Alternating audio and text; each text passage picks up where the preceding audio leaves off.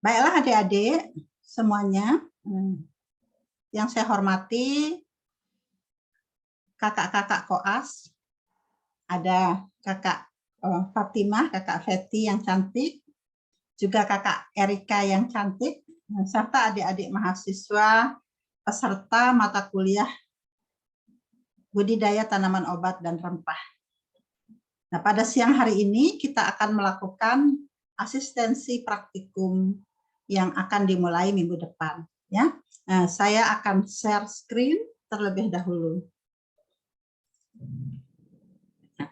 Saya mohon maaf tidak bisa full screen karena biasanya kalau full screen itu suka ada gangguan, terutama gangguan di monitor ya, karena tidak bisa karena networknya yang kurang baik. Adik-adik, praktikum budidaya tanaman obat dan rempah untuk semester ini akan dilakukan secara luring, luar jaringan atau secara offline. Tema praktikum kita untuk tahun 2022 ini adalah tumbuhan obat dan rempah booster imunitas, ya, itu temanya. Kalau adik-adik masih ingat kuliah pertama budidaya tanaman obat dan rempah, itu Ibu sudah menyampaikan bahwa kita beruntung berada di Indonesia. Negara kita terletak di daerah Katulistiwa di bagian tengah bumi dengan iklim yang hanya 2 musim, yaitu musim kemarau dan musim penghujan, dan itu menyebabkan negara kita ini menjadi negara dengan keanekaragaman hayati di dunia itu sangat tinggi. Jadi Indonesia masuk peringkat kedua di dunia sebagai kawasan yang memiliki keanekaragaman hayati yang sangat tinggi. Kawasan yang demikian itu disebut sebagai biodiversity hotspot. Ini sudah pada kuliah ya. Nah, Indonesia urutan terbesar ke-7 dalam keanekaragaman tumbuhan. Kalau keanekaragaman hayati kedua, tapi tumbuhan itu keanekaragamannya ke-7 terbesar di dunia. Dengan 25% dari spesies tumbuhan berbunga yang ada di dunia itu ada di Indonesia. Nah, jumlah spesies tumbuhan obat Indonesia itu diperkirakan lebih dari 20.000 spesies dan 40% tumbuhan obat spesiesnya itu ada di Indonesia. Oleh karena itu negara kita termasuk memiliki keanekaragaman hayati untuk tumbuhan obat itu cukup besar, terbesar di dunia. Untuk kuliah minggu depan, kita akan melihat kelompok tumbuhan obat berdasarkan pada kandungan metabolik sekundernya. Ya, berdasarkan kandungan metabolik sekundernya, tumbuhan obat dikelompokkan sebagai tumbuhan obat penghasil mukilago dan juga hidrokoloida. Yang kedua, kelompok tumbuhan obat penghasil alkaloid. Yang ketiga, kelompok tumbuhan obat penghasil flavonoid dan tanin. Yang keempat, kelompok tumbuhan obat penghasil senyawa terpena. Masuk di dalamnya adalah minyak atsiri, oleoresin, beta karotin, dan lain-lainnya. Nah, 5 kelompok besar dari senyawa metabolik sekunder yang dihasilkan oleh tumbuhan obat ini, nanti juga ada bagian praktikum yang akan melakukan itu. Nah, tadi Ibu sudah sebutkan, tema praktikum kita pada tahun 2022 ini adalah tumbuhan obat Indonesia untuk meningkatkan daya tahan tubuh, atau tadi Ibu sebutkan bahasa kerennya adalah sebagai booster imunitas. Mengapa ini sangat penting? Kita tahu ketahanan tubuh berhubungan dengan kebugaran. Ya, tidak hanya mencegah ketertularan kita terhadap berbagai macam penyakit, tapi juga terhadap kebugaran dan imunitas tubuh kita. Nah, oleh karena itu pada kali ini, pada praktikum kali ini, ya nanti kita akan fokuskan praktikum mulai dari domestikasi sampai analisa itu terhadap ekstrak berbagai tumbuhan sebagai imunomodulator, ya, yaitu yang dapat memodulasi imunitas atau tadi Ibu sebutkan booster imunitas. Nah, diantaranya ya tumbuhan kelompok empon-emponan.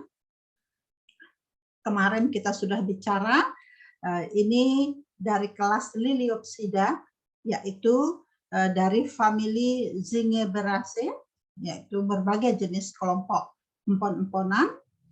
Antara lain misalnya adanya kurkuminoid pada jahe dan temulawak sebagai anti-inflamator dan juga sebagai antioksidan. Kemudian ada beberapa ekstrak tumbuhan dikotil atau Magnoliopsida, misalnya meniran yang memiliki aktivitas antioksidan, kersen, dan lain sebagainya. Itu yang akan menjadi bahan praktikum kita kali ini. Nah, ini adalah tumbuhan meniran. Tentu adik-adik sangat kenal ya, tanaman meniran. Ini berupa herba berbentuk ramping. Saat ini berupa gulma. Bentuk batangnya bulat dengan diameter kurang lebih 3 mm. Kemudian daunnya kecil, berbentuk bulat telur atau lonjong. Ini adik-adik bisa amati di sini ya. Nah, memanjang.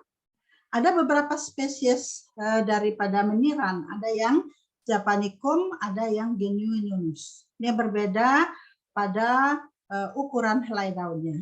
Nah, ciri daripada tumbuhan meniran yang khas adalah memiliki bunga dan buah yang tumbuh pada ketiak daun. Ya, banyak sekali bunga dan buah yang tumbuh pada ketiak daun. Nah, warnanya berbeda-beda. Ada yang berwarna hijau, ada yang batang berwarna merah, ya, tangkai-tangkainya berwarna merah dikenal sebagai meniran merah. Sedangkan yang berwarna hijau seperti ini dikenal sebagai meniran hijau. Nah, mengapa meniran memiliki aktivitas antioksidan? Yaitu hasil-hasil penelitian menunjukkan dia banyak sekali mengandung senyawa flavonoid. Contoh daripada senyawa flavonoid tersebut adalah di sini quercetirin, quercetesin, ya, ini termasuk dari kelompok senyawa yang bersifat sebagai flavonoid yang bersifat sebagai antioksidan. Dia juga mengandung asam ascorbat, ya, asam ascorbat, isoquercetrin, ya, ini juga masih kelompok dari metabolic sekunder kelompok flavonoid, dan juga ada berbagai macam jenis yang sudah dihasilkan metabolik sekundernya. Banyak sekali kalau adik lihat dari slide ini. Ya. Selain itu juga dia memiliki senyawa lain berupa beta-D cyclopyranoside, ya, dan beta sitosteroid. Jadi ini sudah banyak sekali dianalisa untuk tumbuhan meniran ini, ya, sehingga sudah digunakan sebagai bahan untuk membuat obat tradisional, ya, belum menjadi obat herbal maupun fitofarmaka. Nah, dimanfaatkan untuk apa? Ada yang dimanfaatkan sebagai aktivitas antioksidan, ada yang digunakan untuk menurunkan kadar gula darah karena umumnya antioksidan flavonoid itu juga bisa menurunkan kadar gula darah.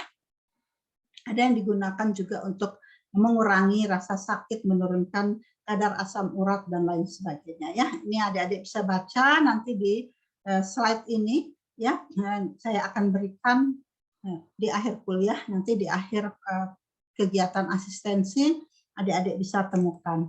Nah, ini adalah klasifikasi dari tanaman meniran atau tumbuhan meniran.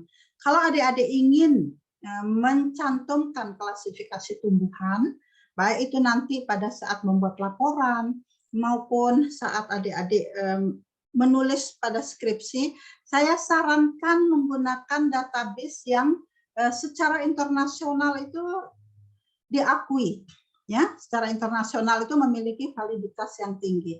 Salah satunya adalah taksonomi database berdasarkan kepada USDA, ya.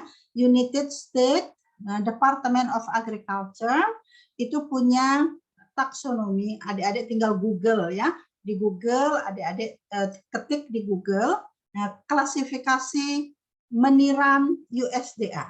Meniran USDA taksonomi gitu. Akan keluar seperti ini, ya.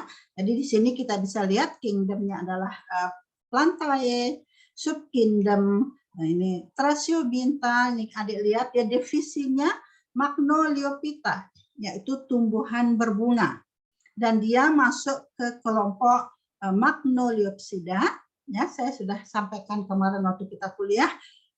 Untuk taksonomi yang terbaru itu menggunakan Magnoliopsida atau Liliopsida, bukan menggunakan dikotil atau monokotil, ya. Dan dia masuk ke ordo Euphorbiales. Kemarin kita sudah bicara ini, ya. Nah, termasuk ke ordo Euphorbiales. Salah satunya adalah menirannya. Jadi nanti saat membuat laporan atau untuk kepentingan skripsi adik-adik penulisan, sebaiknya menggunakan USDA taksonomi, ya. Nah, langsung ini adik bisa temukan, klik di Google USDA taksonomi, terus adik kasih nama latinnya, ya. Misalnya adik tulis di situ nama genusnya, ya. Ya, adik langsung ketik nama genusnya, akan keluar seperti ini.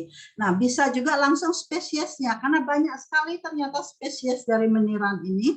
Kalau adik lihat di sini ada 28 spesies dan ada 28 taksa secara keseluruhan ini yang sudah diterima. Ya, ini ada beberapa spesiesnya. Adik bisa ketik salah satu spesies ini langsung di Google, tulis classification USDA. Oke.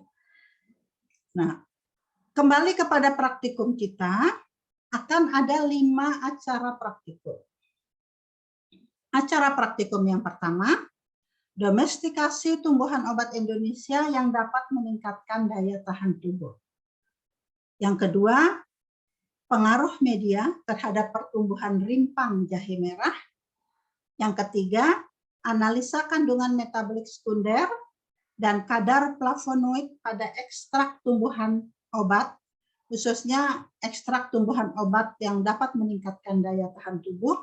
Mengapa flavonoid? Ya, nah, adik-adik ingat tadi Ibu sudah sebutkan. Nah, flavonoid ini adalah salah satu metabolik sekunder yang dapat meningkatkan imunitas karena dia memiliki aktivitas sebagai antioksidan. Yang keempat, penanganan pasca panen dan persiapan sediaan tumbuhan obat. Ya, di sini nanti adik akan membuat berbagai macam pengolahan simplisia dan pembuatannya menjadi berbagai macam sediaan. Yang kelima, deskripsi dan teknologi budidaya tumbuhan obat Indonesia yang dapat meningkatkan daya tahan tubuh. Nah, slide ini sudah pernah di-share oleh kakak-kakaknya di grup WA adik-adik, ya. Akan dibagi menjadi 12 kelompok dan sesuai dengan daftar hadir saat ujian tengah semester besok itu ada 54 peserta praktikum. Untuk peserta yang belum tercantum, silahkan nanti kirimkan namanya di grup WA sehingga bisa dicantumkan pada jadwal. Ya. Acara 1, kelompok 1 nomor absen 1 sampai 5, kelompok 2 nomor absen 6 sampai 9, kelompok 3 nomor absen 10 sampai 14, kelompok 4 nomor absen 15 sampai 18, kelompok 5 nomor absen 19 sampai 22, kemudian kelompok 6 adalah peserta nomor absen 23 sampai 27, kelompok 7 peserta nomor absen 28 sampai 31, kemudian kelompok 8 nomor absen 32 sampai 35, kelompok 9 adalah peserta nomor absen 36 sampai 40, Dan kelompok 10 peserta nomor absen 41 sampai 44, kelompok 11 peserta nomor absen 45 sampai 49, dan terakhir kelompok 12 adalah peserta nomor absen 50 sampai nomor absen 51. Kita akan lihat acara praktikum satu persatu. Nah, yang pertama adalah domestikasi. Pada domestikasi ini, adik-adik peserta praktikum akan membawa bahan tanam sesuai dengan bahan tanam yang tercantum pada pembagian kelompok. Ada 4 bahan tanam. Yang pertama adalah meniran, yang kedua pegagan, yang ketiga rumput mutiara, yang keempat adalah pecut kuda. Awalnya kita akan menggunakan tumbuhan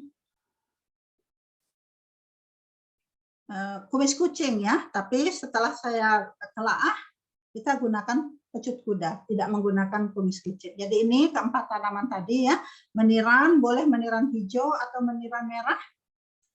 Pegagan, adik-adik bisa mengambil stolonnya ya, jangan tanaman utamanya. Demikian juga dengan rumput mutiara, tentu adik-adik kenal, ini bisa mengambil anakan daripada rumput mutiara dengan cara memisahkan. Begitu juga dengan pecut kuda, nanti mengambil anakannya, jangan tanaman yang terlalu besar. Nah, setiap kelompok membawa 4 tanaman, nanti akan ditanam pada 4 polybag dengan media yang berbeda-beda.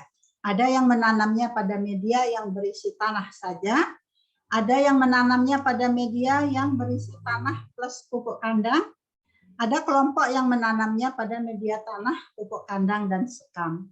Media tanam dan polybag nanti disiapkan pada saat adik-adik praktikum, Anda mencampur kemudian menanam. Jangan lupa membawa kertas label untuk memberi nama pada setiap tanaman yang sudah didomestikasi. Apa yang dilakukan oleh mahasiswa juga adalah melakukan pemeliharaan. Ya, tidak hanya menanam tapi juga menyiram, melakukan pemeliharaan tanamannya sampai berhasil melakukan domestikasi selama praktikum kita kurang lebih 1,5 bulan. Ya, itu jangan lupa pemeliharaannya. Nah, acara kedua adalah pembibitan. Yang akan dibibitkan adalah jahe merah. Jadi kami sediakan media tanam, polybag, juga bibit jahe merah berupa rimpang seperti ini yang akan dibudidayakan. Nah, setiap kelompok akan menanam pada 4 polybag dengan media yang berbeda-beda. Ada yang tanah dan pupuk kandang 1:1:1, perbandingan volume bukan berat ya. Ada yang menanam pada media tanah, pupuk kandang, dan sekam. Juga perbandingannya 1:1:1, perbandingan volume bukan perbandingan berat. Setelah ditanam, Anda juga perlu melakukan pemeliharaan. Nah, kemudian acara ketiga, pada acara ketiga ini, mahasiswa membawa bahan yang akan dilakukan uji kandungan fitokimia dan flavonoid. Apa itu uji fitokimia? Uji fitokimia adalah uji yang dilakukan untuk mengetahui keberadaan kelompok senyawa metabolik sekunder. Jadi uji ini adalah uji kualitatif untuk mengetahui ada atau tidaknya suatu kelompok senyawa metabolik sekunder. Yang akan diuji adalah ada apa tidaknya alkaloid, flavonoid, fenol atau fenolik, dan juga saponin. Nah, ini uji akan dilakukan diawali dengan melakukan ekstraksi. Ya, kita ekstrak nanti daun tumbuhan yang Anda bawa. Ya, ada yang membawa daun meniran, ada yang membawa daun kelor, ada yang membawa daun pegagan, sesuai dengan data yang diberikan pada kolom Excel tadi ya. Nah, di bawah 1 genggam saja. Setiba di laboratorium nanti ditimbang sebanyak kurang lebih 1 gram. Nah, setelah itu adik-adik haluskan ya dengan cara digiling. Setelah digiling kemudian dicampur dengan air sebanyak 10 ml. Jadi perbandingannya adalah 1 dibanding 10 berat by volume. 1 bagian ekstrak dengan 10 bagian pelarut. Nah, setelah itu kemudian disentrifugasi, lalu diambil cairannya. Nah, cairan yang Adik hasilkan tadi kemudian dibagi menjadi 4 ya. Nah, setelah dibagi menjadi 4, lalu bagian pertama diuji ada apa tidak alkaloidnya. Bagian kedua diuji apakah ada flavonoidnya dengan menambahkan reagen ini 1 tetes Dragendorf, kemudian flavonoid 1 tetes FeCl3, fenol ada apa tidak dengan menambahkan 1 tetes NaOH 1 mol. Nah, saponin dilakukan dengan cara mencampur dengan volume yang sama air panas, lalu kemudian dikocok. Nah, bila terdapat busa maka ada saponin. Selain itu, kita akan melakukan analisa ada apa tidak berapa kandungan flavonoidnya. Ya, itu untuk bahan yang positif pada analisa fitokimia mengandung flavonoid. Kita akan analisa dengan cara membaca absorbansinya pada spektrofotometer dengan panjang gelombang 420 nanometer. Nah, nanti akan ditunjukkan bagaimana cara menghitung konsentrasi flavonoid menggunakan kurva standar flavonoid yang sudah dibuat di laboratorium. Nanti dijelaskan bagaimana cara membuat kurva standar ini. Acara keempat adalah pembuatan simplisia dan sediaan simplisia. Nah, Adik memiliki tugas juga yang sudah Ibu berikan, yaitu penggolongan tumbuhan obat berdasarkan simplisia yang dihasilkan. Nah, pada praktikum ini kita akan membuat simplisia dari jenis rimpang, ya, yaitu jahe, kunyit, jahe merah, dan temulawak. Nah, selain bahan tadi diperlukan beberapa jenis bahan tambahan untuk meningkatkan cita rasa dari produk yang dihasilkan berupa asam, kemudian gula pasir, gula semut yang akan dibuat sediaan dalam bentuk teh celup, bentuk simplisia menjadi teh yang tidak dicelup, dan Adik juga akan membuat nanti menjadi bentuk kapsul serta bentuk ekstrak instan. Jadi ada 4 bentuk yang akan dibuat: ekstrak instan, kemudian ekstrak dalam bentuk kapsul, kemudian dalam bentuk teh yang celup maupun teh yang tidak celup, ya. Teh tidak celup ini kita sebut sebagai simplisia. Nah, bagaimana cara melakukannya? Ada 2 proses. Yang pertama, bahan-bahan tadi dihilangkan kulitnya, dicuci bersih, kemudian dirajang tipis.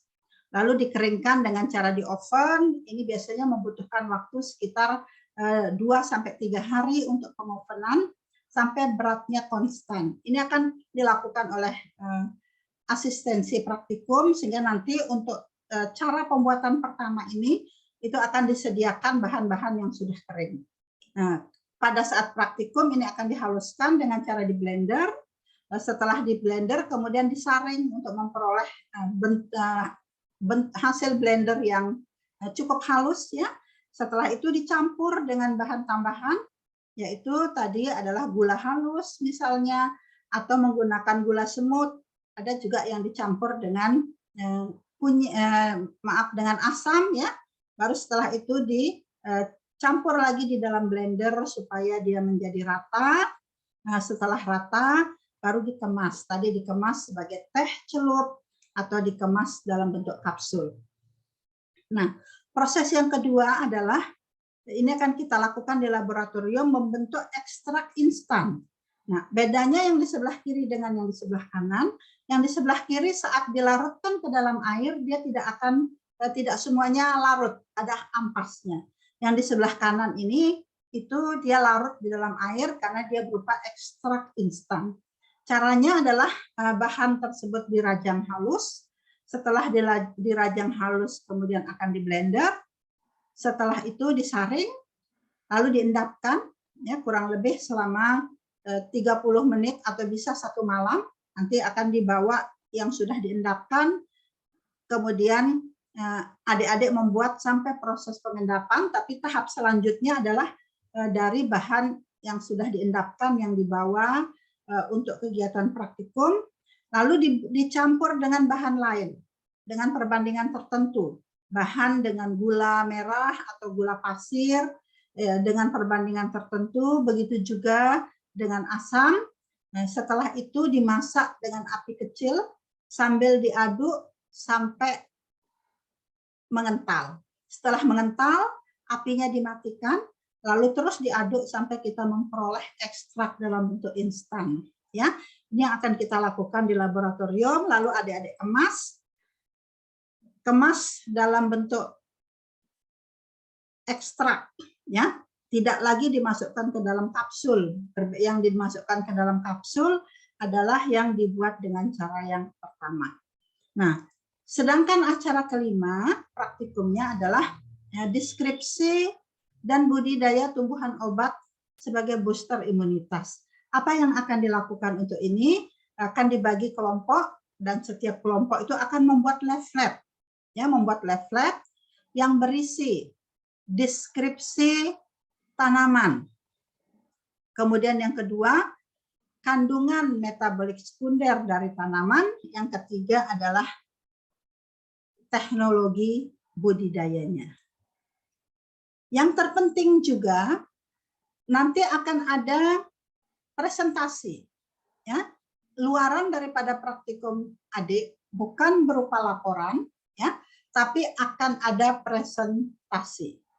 Nah, kita akan atur nanti presentasinya, yang jelas setiap kelompok akan mempresentasikan acara 5 karena berbeda deskripsi, kemudian kandungan metabolik sekunder, dan juga teknologi budidaya untuk setiap kelompok.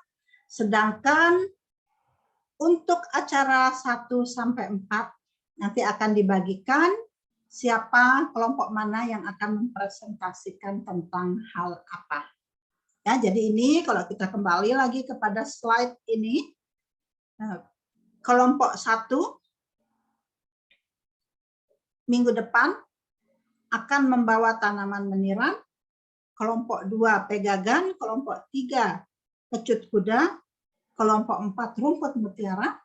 Begitu juga dengan kelompok 5 meniran, pegagan, kemudian pecut kuda, rumput mutiara.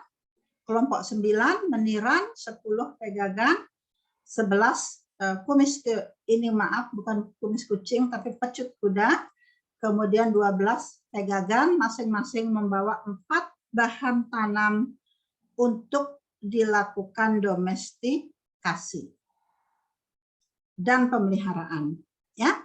Nah, demikian adik-adik penjelasan singkat saya tentang kegiatan praktikum yang akan dilakukan untuk budidaya tanaman obat dan rempah tahun 2022 ini. Selanjutnya saya akan persilahkan kepada Koas untuk memberikan tambahan penjelasan dan kita lanjutkan dengan diskusi. Kurang lebihnya mohon maaf, semoga cukup jelas. Selamat siang. Salam